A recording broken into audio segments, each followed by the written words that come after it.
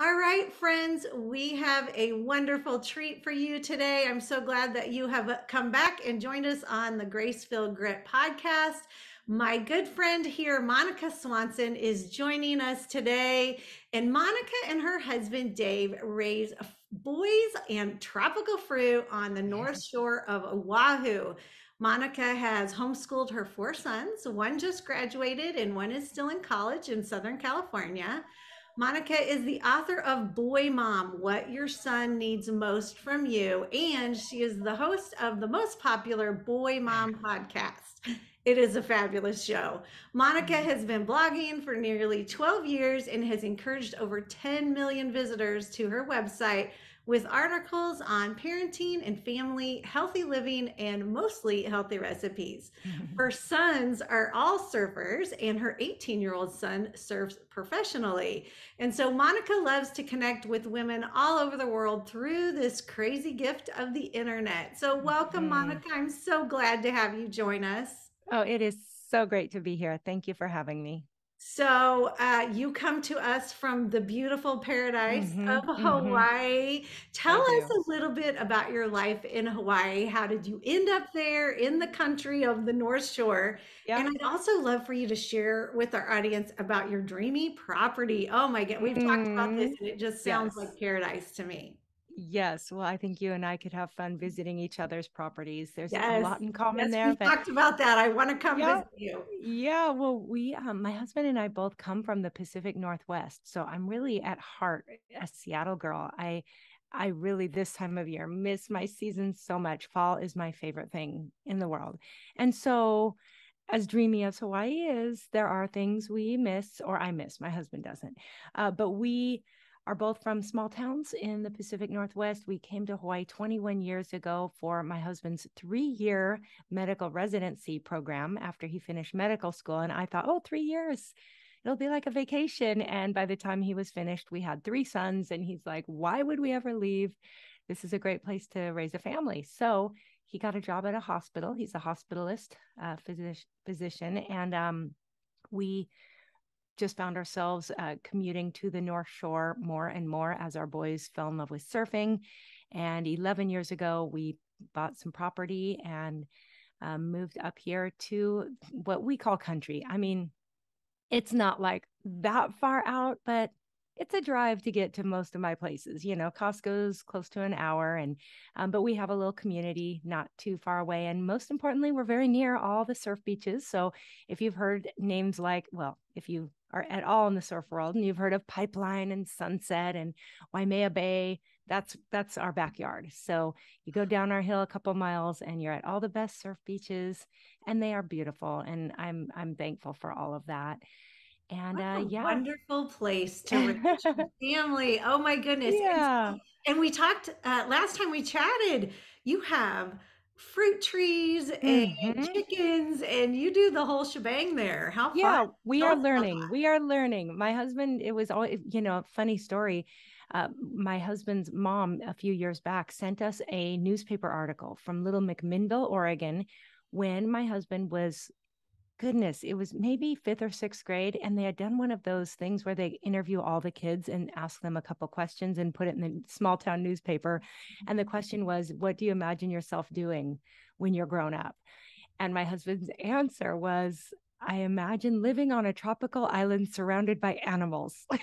Oh She my said that to goodness. me, and I was like, oh my goodness, I this love was it. destiny. Yes. So he has always, he's a doctor, but he got a tractor as soon as we moved here and started moving things around and moving dirt. And there was already a lot. There was like 100 apple banana trees on our property. So it's Wow. a variety of apple that's a little bit smaller and thicker, and it has a slight tartness to it. They're really, really good. Sounds And so we had those. We already had a lot of papaya and mango and avocado. But then my husband, during the pandemic, did what a lot of other people did and just went out and got everything you could imagine. good. And so now he's trying a whole lot of new fruits. And we need to plant our veggie garden. That's a little more complicated here because of the soil and the type of pests and bugs. But Yeah. if you could live on fruit, we could survive here. And then we did the chicken thing too. So I'm following you and learning from you and others, and have our little girls that provide us a few eggs. I think it'll take many, many years to recoup the investment, but we're having fun with it. It's They are, really and they cool. have the best personalities. So it's They do. entertaining too, They're hilarious. Yes, they are hilarious. Oh, that just sounds so dreamy, absolutely dreamy. And so you're a homeschool mother I too. am. So I'm tell a us a crazy one. little bit about that Yeah. journey. I mean, what a Yeah. great place to homeschool. Yes. Well, I'm, one of many who never imagined I would homeschool. My husband and I both grew up in the public school system, and I just kind of imagined that. But by the time my first two sons were going to a private little school, and we were looking ahead at, like, okay, first of all, the cost of private school and the state of things with public schools in Hawaii, and where, test scores were falling really low down there on the ranking. And we were like, wow, what are our options? And so my oldest son had met some kids at church who were homeschooled, and he's like, Mom, would you homeschool me? And I was like, oh my goodness. Oh, that's so There's wonderful that he wanted He to. wanted to, but I That's was like, awesome. I can't do that. Like, how do you do that? And how old And was he at the time of he that? was he was in first grade, First and grade. his little Okay. brother was in kindergarten. And we had a preschooler at the time. And so I said, I'll give it a try. And my husband was like, really? Homeschoolers are all weird. Are you Yeah. sure? And I was like, I don't know. We'll try it. And, 1 year in, we were all hooked. We were like, it's such a great lifestyle, and it allowed us to do things that we like to do, like surf and travel to the mainland and all that, on our own schedule. And now that I've graduated three from high school, and two of them went on to college on scholarships, one of them graduated college and already has a really good job and is financially independent. And I think it's working. I think Yes, well, it's that is working. obviously working. And I love that they went on to college on scholarship because Hmm. that's a Yeah. misconception that you Yeah. can't do that. And so Right. was that process tell us about Well, that process. yeah, I just feel so blessed because I'm not always on my game. I don't know what I'm doing. In fact, they both of those two older boys took a gap year after high school, Mhm. partly because I just didn't have my act together as a mom to be like, okay, you're a senior, you should be. I was just doing the next thing. And at that Right. point, I was writing my book, Boy Mom, and I had a younger son. I have a 12-year-old still home. And so they graduated quite young. And I said, a gap year might be a good idea. And they both loved the idea. So that kind of bought us some time. And they knew a few people who had gone to colleges that offer these scholarships that aren't necessarily, I always think of scholarships like, if you're not the top student, or Mhm. you're not a, collegiate athlete, what about everybody else? And certain colleges, my boys go to Westmont in Santa Barbara. It's a small Christian school, but there are a few other colleges like Westmont that offer a scholarship really based on character, grades. Yes, SAT score counts, but it's more of a well-rounded scholarship. And it's kind of funny, the system, but they invite a bunch of kids over, like 120, and they spend a weekend doing kind of a competition. And they sit down and do a writing time. They do some interviews, they observe them, they have a fancy meal, and then at the end of it, everyone goes home and half of the kids get offered the scholarship. So it's kind of a Wow. stressful That process, does sound stressful. but and it's called the Augustinian. And it's, St. Augustine they have a literature based program, but my boys love C.S. Lewis, Augustine, all the great writers. And so they were really well fit for it. And Mhm. they both got it, which was such a blessing because we could not have sent them to a private Christian school Right. in Southern California. So that was fun. Oh, And I try to tell people, whether you homeschool or not, be aware that there are opportunities out there. So definitely talk to people, ask the questions, because if that's something you want or your kids are interested in, there are ways of doing it. You don't have to go into crazy debt or, be a collegiate athlete to get a scholarship. So there's some oh. creative ways you can find things. I'm so glad you shared that because that is a misconception. That's Hmm. wonderful. And going back to your homeschooling, and in the younger years, Hmm. tell us a little bit about that process. So like Hmm. what did a standard day look like? Did you do Yeah. certain things on different days? What was your schedule like with the boys? Because boys, Right. as you know, as I know, boys are they're different. They can be a handful. Their attention Sure. is a little different. And so Uh-huh. I would just love for you to share. We have a lot of boy moms Yeah. that listen here too, and I would love for you to share that. Right. Well, I know there's all different ways to approach homeschooling, and there's the unschoolers, the moms who, have just a real free flowing day. And I admire that, but I just never, maybe because of my background being in a traditional school setting, I've always to this day had to fight the idea of like, oh, they need to sit down in a desk and do, scratch all the boxes. But over time, I found a happy medium, a compromise, because a lot of our life does revolve around surf. If there's good surf, oftentimes, and my husband was off work, he works shifts similar to a fireman, actually, his hospital work is shift work. And so Right. if he's off work and there's good surf, then it doesn't matter what I say, Go they're gone. time. And so they're gone. They might come home at 11 o'clock, and then I've got, usually something fresh out of the oven ready for them to eat. And it's hard because then they're tired and they Right. just Right. want to veg. But I'm like, all right, you've got your classes. So we probably had no 2 days that looked exactly the same.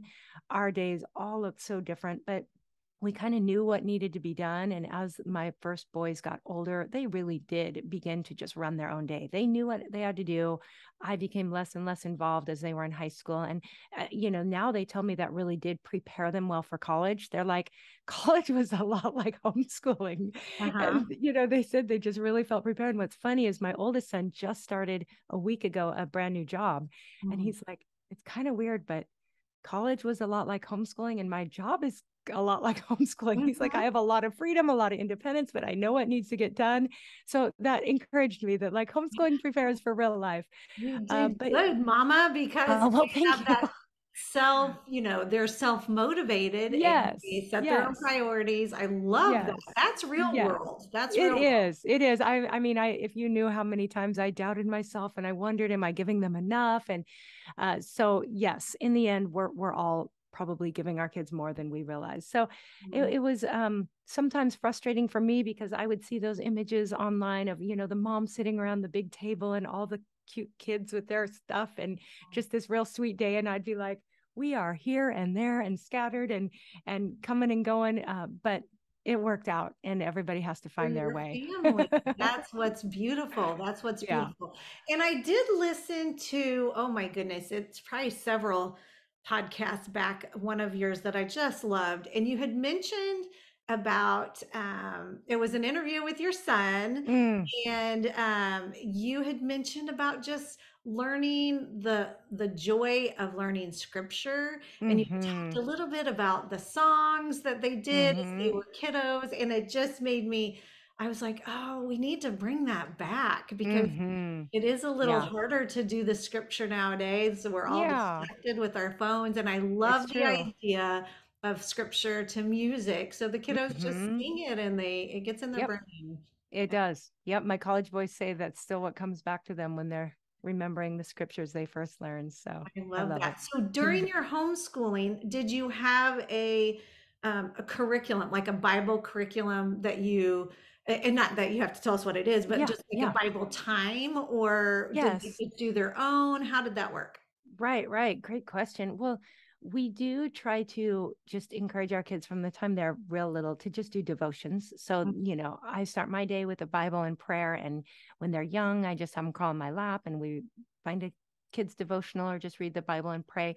But in addition to that, yes, uh, we always had a Bible curriculum. And at some point we started using, kind of one curriculum for most of the classes. And I don't mind sharing, we used a Becca, Okay. which is, kind of has been around a long time. But we also then use other curriculums for writing and math and science, especially in the high school years. But yeah, they much of their day was admittedly watching a video of a classroom, and there was a teacher giving a lecture. So it was as if they were sitting in a private school classroom, and the teacher would give a lecture, and then they would have book work and seat work to do. And that was how one way I could survive, because having 4 different age kids and working from home, that allowed them to watch a video, get a really good lecture in, whether it be history or math, and then have the seat work that I could look at, help them with, and correct. And Bible was one of those classes. And in fact, this is not a lie. My 18-year-old who graduated high school, he's surfing, has been traveling the world, but just recently came back. And now he's going to do some online college while he's surfing. And he just asked me if he could get an Abeka Bible class because he loved it so much. He's like, Mom, I know there's one I didn't take, I think on the book of Revelations. And he said, could I just, yeah, he said, can I get it? Because I love the teacher. And I know, it costs money, but I just want it for my own self. I was like, okay, that's amazing. Oh, that's as good as it gets, especially Revelation. That is, I know. That just has to I kind of laughed. Feel good. I mean, that's as good as it gets. I Yeah. love it. And okay, so is this the son that is surfing professionally? Yes, and that's not a typical professional surfer, I'll tell you that. I guess not. Oh, you have one in a million. Okay, so give us a little scoop on the surfing side of things. How he got into this professionally. I love it. Yeah, it's just been a wild ride. So Luke is 18, and he started surfing, all my boys real young, but by the time he was 10 or 12, he just loved competing. And my husband and I were competitive. We both grew up doing a lot of sports, but we were team sport people. And so this was all new to us, but we, found the local competitions and signed him up, and he just took to it and was able to roll with it. He has a personality where, wins don't go to his head and losses don't get him too far down. And as time went, it's such a, like any sport, it has its own uniqueness, but in Hawaii and the way the surf culture works is you try to get sponsors. So ultimately you're trying to find people to give you free boards, to give you free clothes. And that's kind of how kids know that they're heading somewhere. And so the big goal is to get a brand to sponsor. So I think by the time he was 11, Quicksilver became his sponsor back then. And at that point it was just free clothes and, some support. And then couple years later he switched, and Rip Curl is now his main sponsor. And that means he's a paid athlete, so he gets a paycheck every month just for being on their team. And they send him boxes of clothes, and he has he has a surfboard shaper. He goes through, goodness, over 20 boards a year because they break.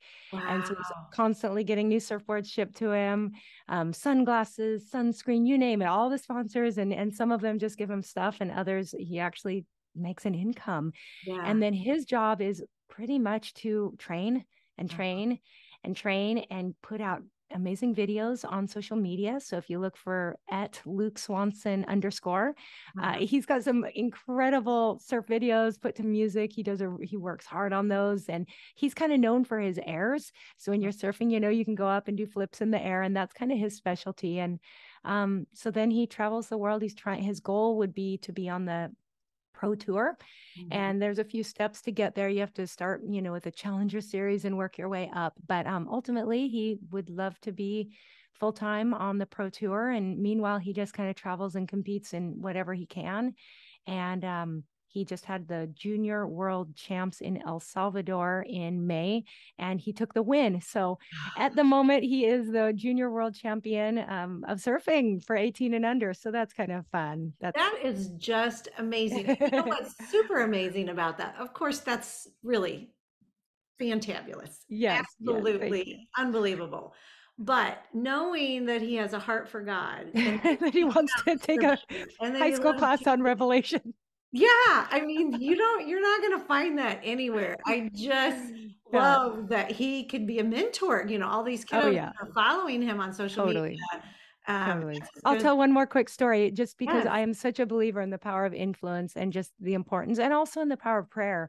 But he recently was invited to go to Indonesia for a special contest specifically about heirs, but it Mhm. was all pros and a lot of adult men. And this particular organization is just known to be like the party crew. Right. And it was the first time he had traveled without us or anyone. Sometimes he travels with, there's, like a teenage girl whose parents are Christians, and they'll kind of take him on a trip if they're going somewhere anyways. And so he's always with somebody we know, but on this particular trip, he was going to be on his own, and he was going to be in a house with all these other people.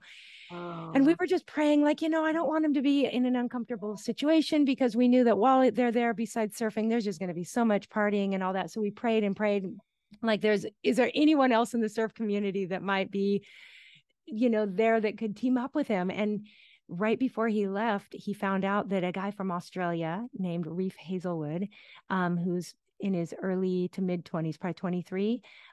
He's a really strong believer, and he was going to be Oh. over there. And when Luke got over there, they were roomed together. They were put in a room together. We laughed, saying, the people who ran it were probably like, put the weirdos together. they Probably. they roomed together, and they did Bible studies. Oh They my entertained goodness. themselves watching Veggie Tales, the two of them. Ah, And I just laughed while all these guys are all, partying it up.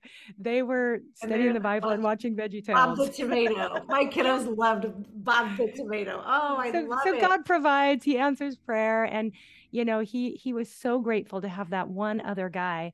And I thought, that's what you can be to other people too. When those younger guys are coming up, you can be that security of being Yes. there Oh, and just shining your light. And that's yeah. all it takes sometimes. That is as good as it gets. I Mm. absolutely love that. I love it. Good job, Mama.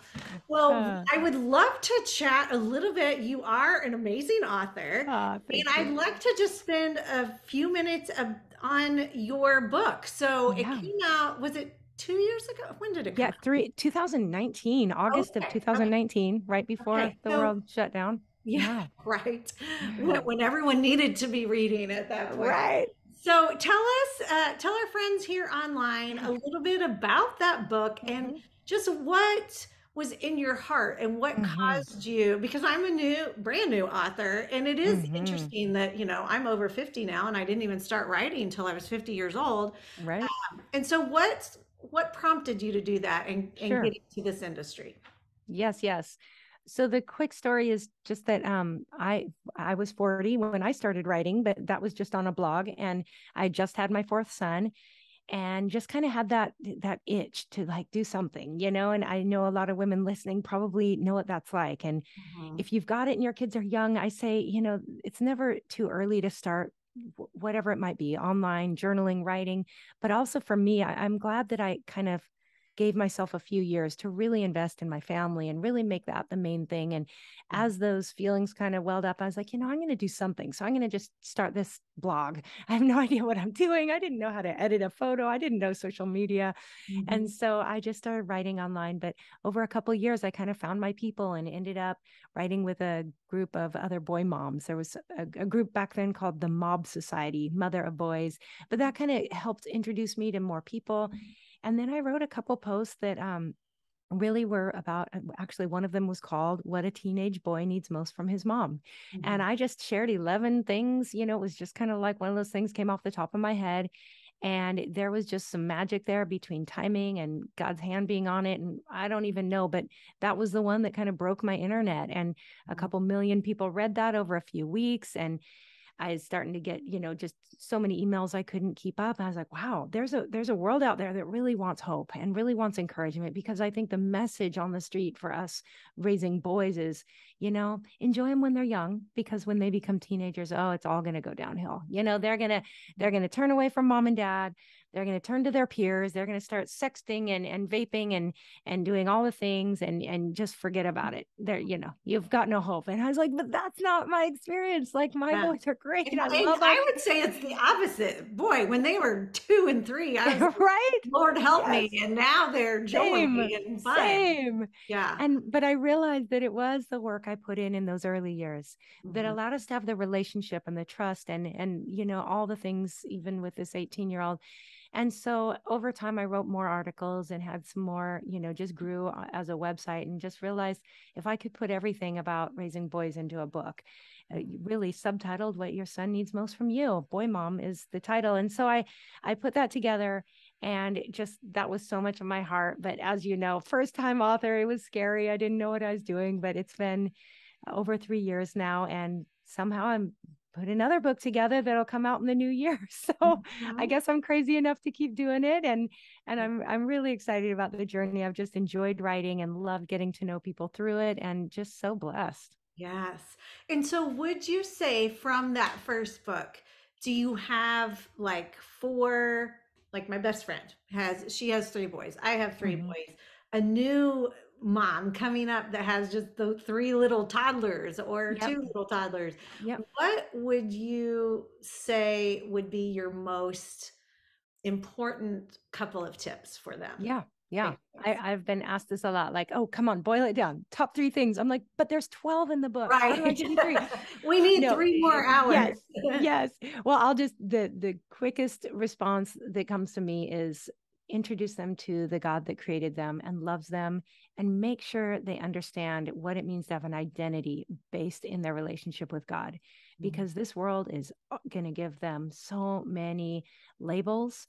They're going to be told that their self-worth is dependent on their accomplishments, their popularity, and they're going to go through highs and lows. They're going to get good grades. They're going to get bad grades. They're going to be successful in sports. They're going to fail, and relationships come and go. But if they know who they are in Christ, then they are going to be unshakable. And it's still not going to be easy. I mean, all my boys have that, but they've still gone through rocky times. So one, relationship with God is if they've got that, Mhm. I kind of say, I don't really worry about anything else, Rest will because happen. they have wisdom. They have access to everything that they need in the Bible, in a church community. If they are just committed to following God, I really don't worry about the rest. But Right? I will give you two more. Yes. The next is influence. I'm just, again, such a believer that we need to really be careful about the influences in our kids' life and help guide them to the right ones. If Mhm. we send our kids to school and just hope for the best, it's a gamble. And so really teach them what to look for in a friend, how to be a friend, guard their time when they're not in school, make sure they spend most of their time with family, and really build up that core unit as a family. So influence is huge. And influence, of course, spills over into what they're doing on the internet, what you let them see and do. Get filters on those every device, Right. and have the conversations, because filters alone aren't enough, but influence is just massive. Um, and then the third thing, well, actually, I already covered two, because identity goes with faith, but I always say faith, identity, and influence. So um, I'll leave it at that, because I Yeah. know I'm talking a lot. No, no, it's so good and such strong wisdom there.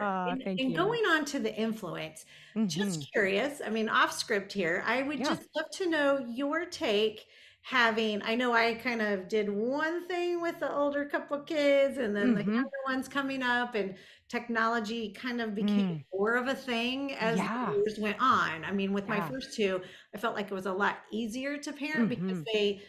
they weren't, even if they had a phone, there wasn't all the social media Yeah. constant type of thing. So what is your take right now with Oh. your youngest Oh. on technology and Oh. phone, and how do you, I know the first time I did the we are not having phones in our bedroom thing, Hmm. Hmm. everybody flipped out and Hmm. that type of thing. But I'm so glad we did it now. So where are you with technology and your youngest? Yeah, I'm right there with a lot of other moms, thinking, I can't believe what a battle this is. Like, Yeah. truly. And I know a lot of the problem with my youngest is the rest of us are on our phones all the time.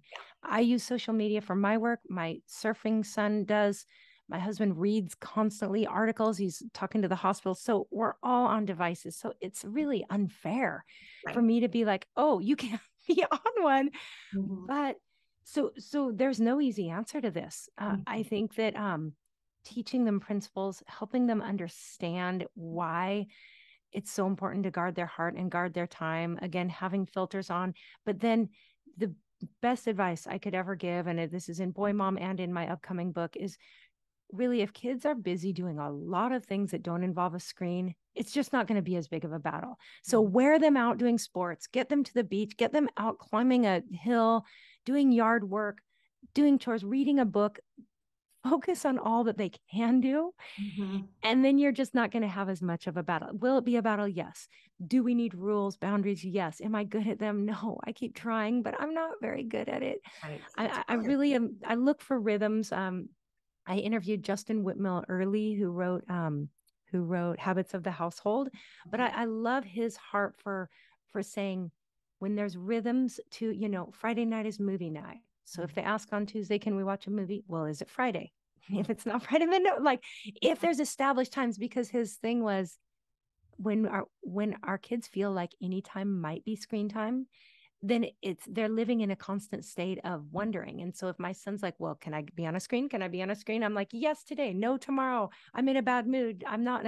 Right. So if I'm like, you know what, no screens from this time to this time, Mhm. no screens after dinner, or no screens in your bedroom. If we have established boundaries, I think that gives them a sense of security, and they know when they can and when they can't. And Mhm. that may look different for everyone, but I think that really helps. Oh, that is so, so good. And I do think it changes Mm-hmm. age-wise because, Mm-hmm. you don't want to, there are a lot of people and they could be successful at it, but like if they never have access and then they go off to Yeah. college, No. Mm-mm. uh, Not a good idea. they're gonna go AWOL. Mm-hmm. And Yep. so it is kind of giving them some trust and trying it Yeah. out, and every kid Yep. might be different. It's a hard, Sure. I would say that's probably one of the biggest struggles right now. 100%. I think it's our battle of this generation. It Yeah. is. And as long as the parents are in the game and, trying to set the boundaries, Yep.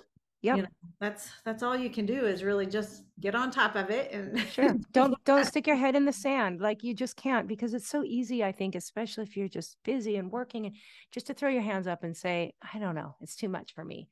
But Right. we can do better. Yeah, yeah. So, so important. Good, good. So, okay, so tell us a little bit about your next book coming up. So we know you Ah, have the Boy Mom book. What yeah. is your next book coming up? Yeah, I'm so excited. So after Boy Mom, I just kind of started taking note. What are people asking about still? What are the questions that keep coming up? And I just found three main categories that people just kept wanting to know about. One of them was from a chapter in Boy Mom where I talk about character. And I Mhm, love to talk about raising kids of character. And in that chapter, I shared a little story of something I did with one of my sons when he was a young teenager and went through a really challenging season, and something I did with him. And I got more emails on that than anything else. People are just like, tell us more about this character training and how'd you do it? I want to do it with my daughter or son. mhm, So that was one question. The other is, because my boys are on my podcast and on social media, and people see that they are all best friends. mhm, So many people just want to know, like, how can I raise kids who love each other, who actually get mhm. along and choose to be together? And my boys, my oldest took the youngest on a road trip when he graduated from college, things like that. Like all Right. of them at different ages just love each other. Mhm, And my husband and I just have a solid relationship with our boys. So that relationship in the family is huge. And mhm, then the third thing is just my boys' faith. And I am very aware that there's no formula. You can do everything right. And sometimes your kids are going to choose not to walk with the Lord. But I mhm. think there's a lot you can do in the Right. family to just nurture that and to make it a lot more likely. So Yeah. those are the three topics that I decided to tackle. And I really wanted to share this with boy and girl parents, because most people said, oh, Boy Mom was great, but most of it applied to my daughter just as much. So I was like, okay. And then the other thing I wanted to do is get my husband's voice in. And so this book has a note to the dads in every Oh, chapter, nice. I love because so often I think the moms are reading all the books and doing all the things and the dads aren't. And I had so many people say, oh, I had my husband listen to your book on audio when we went on a road trip, or I that. kept reading out loud to him. So I thought, if there's a message man to man, and Yes. it's short and it's sweet and it's like, Cliff Notes version. And so this book is called Raising Amazing.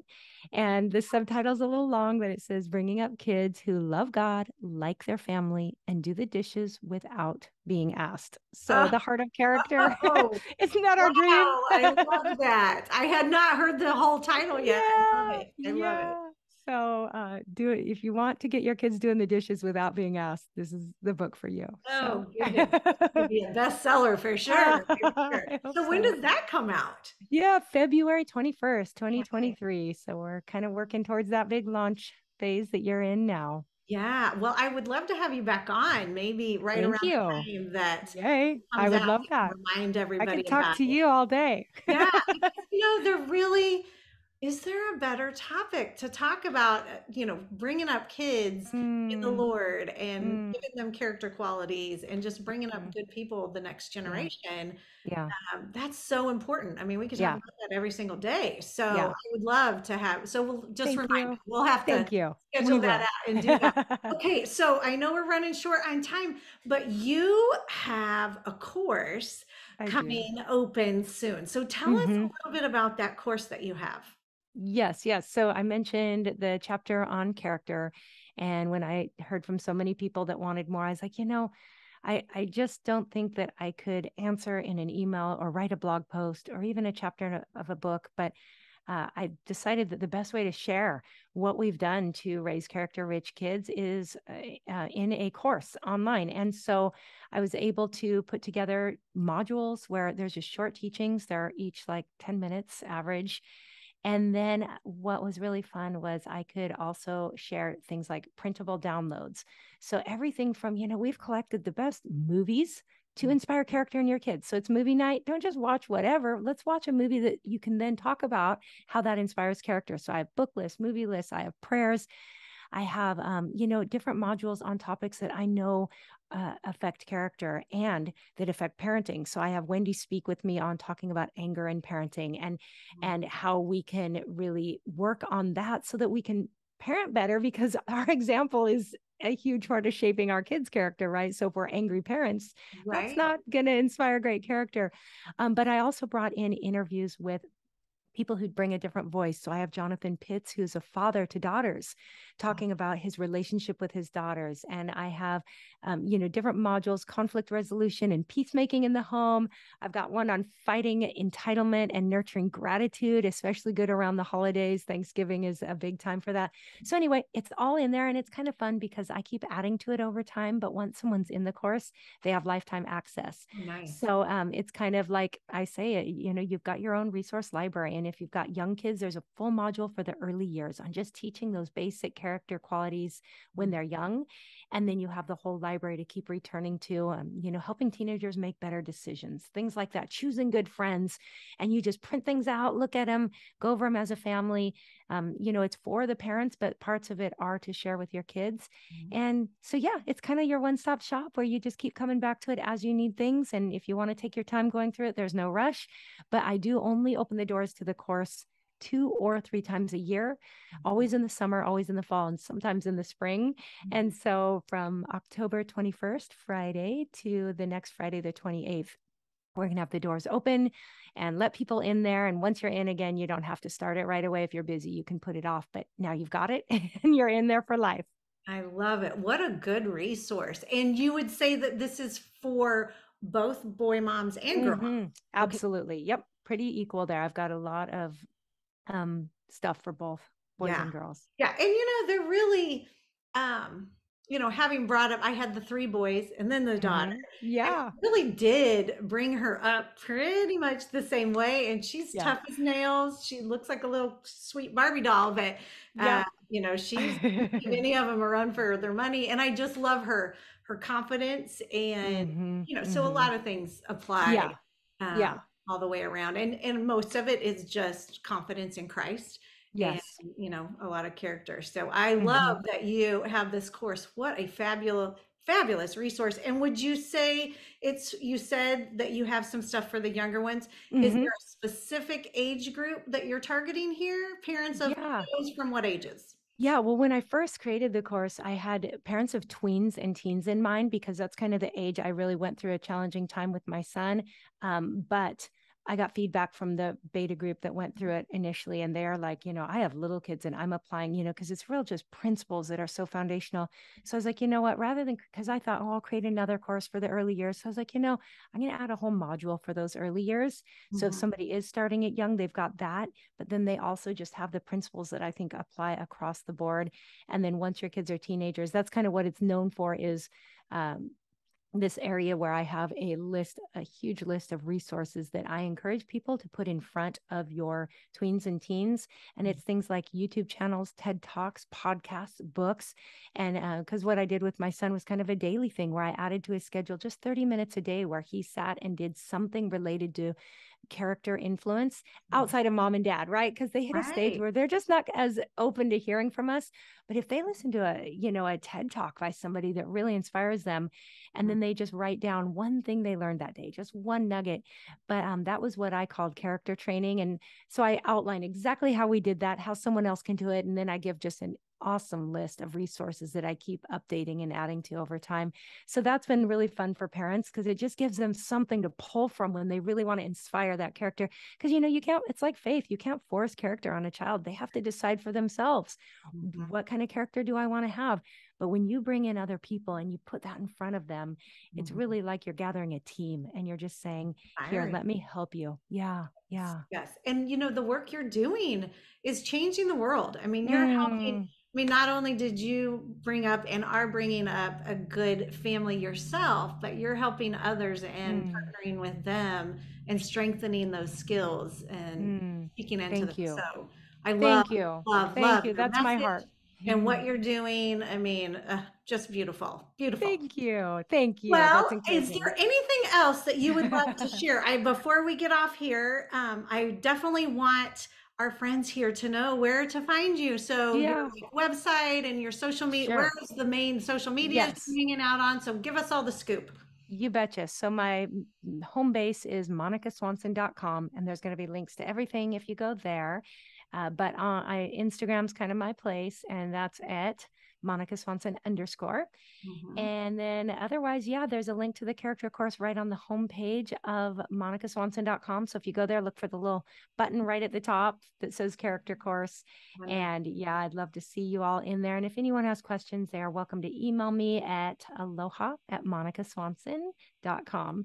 So I'm happy to respond to emails and I love meeting people. So if you're on social and you say hi, I'll say hi back. I love it. I love it. And do you have a book page on your website too? I feel like I saw it Yes, on there. Yes. there So there someone is, wanted your book. and as always, I'm revamping the website this fall, so it'll be in transition, but there will always be links to the books there. Awesome. Wonderful. Well, Monica, what a joy. I always love chatting with you. I'm so glad you got to come on. And I just think these are the important topics that Thank you. parents need to hear about. And what you're doing is changing the world. So I'm so glad Mhm. you took the time to come share with us. And we'll try to get you back on when your Fun. next book pops out because, such good information that we want to get out there. So Thank thank you you for so joining us much. today. Thank you. What an honor. Appreciate your time.